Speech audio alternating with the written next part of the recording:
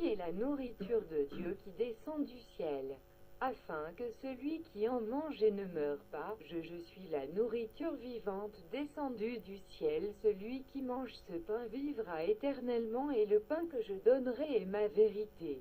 Et le vin que je donnerai est ma vie. Juifs disputaient entre eux, disant: Comment peut-il être notre nourriture? Jésus leur dit: Pensez-vous que je parle de manger de la viande, comme vous le faites dans l'ignorance dans le temple de Dieu? En vérité, mon corps est substance divine, et ceci est la vraie nourriture.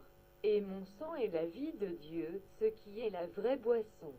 Ne pas comme vos ancêtres qui ont exigé la chair, et Dieu dans sa colère leur a donné la viande, et ils ont mangé dans leur dépravation jusqu'à ce qu'il puait dans leurs narines. Ils sont tombés des milliers à cause de la peste, et leurs cadavres qu'ils pondent dans le désert.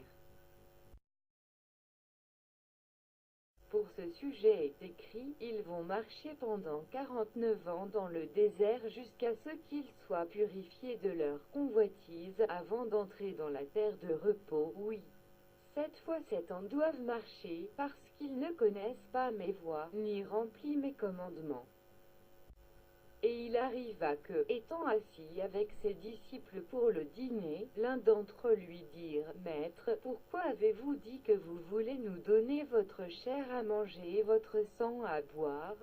Car il est très difficile à comprendre pour beaucoup. Et Jésus répondit et dit: Les paroles que je vous ai dites sont esprit et vie aux ignorants et qui est orienté vers la chair.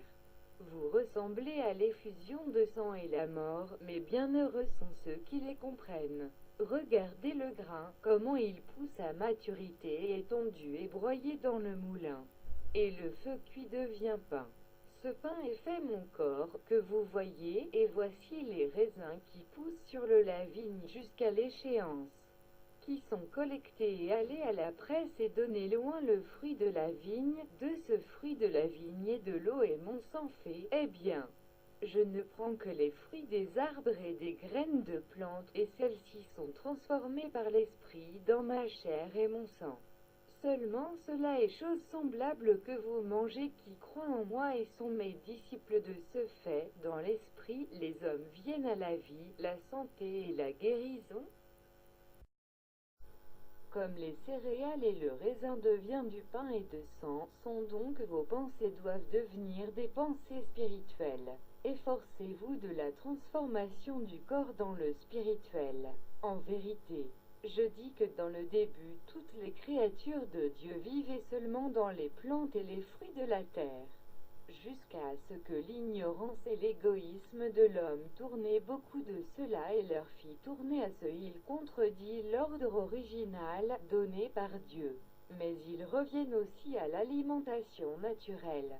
Comme il est écrit dans les prophètes, parce que ces mots ne doivent pas être remis en question. Jésus a enseigné à ses disciples dans la cour extérieure du temple, et l'un d'entre eux a dit: Maître, les prêtres disent que sans effusion de sang il n'y a pas de pardon des péchés. Peuvent alors sacrifice de sang, fabriqué selon le loi, ôter les péchés? Et Jésus répondit: Aucun sacrifice de sang d'animal ou un oiseau ou un homme peut emporter péché. Car comment peut enlever un défaut par l'effusion du sang innocent? Non, la faute sera plus grande. Les prêtres reçoivent en effet de tels sacrifices des fidèles comme expiation pour les infractions contre lui, loi de Moïse, mais pour les péchés contre la loi de Dieu il n'y a pas de pardon, sinon par le repentir et l'amendement. Il n'a pas écrit dans les prophètes: Cessez vos sacrifices de sang et votre holocauste, arrêtez de manger de la viande, puis ne pas en parler à vos parents ni moi ordonner. Quand je les ai fait sortir d'Égypte, au contraire, il leur ordonna: Écoutez ma voix et marchez dans les chemins que je vous ai commandés, et vous resterez mon peuple et je serai bien. Mais ils ne sont pas prêts et ne pas obéir, et ce que le Seigneur vous commande, mais vous pratiquez la justice et la miséricorde, et humblement avec ton Dieu vous marchez. Il est-il pas écrit que dans le commencement, Dieu a déterminé les fruits des arbres, des graines et des herbes pour la nourriture de toute chair?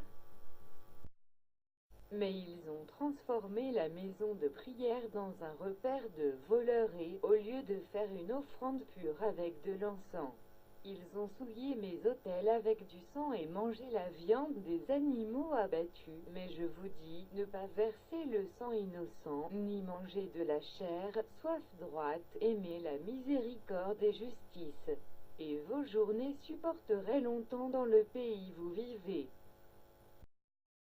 Toute vérité est en Dieu et je témoigne de la vérité. Je suis le vrai roc, et sur cette pierre je bâtirai ma communauté, et les portes de l'enfer ne subjuguer.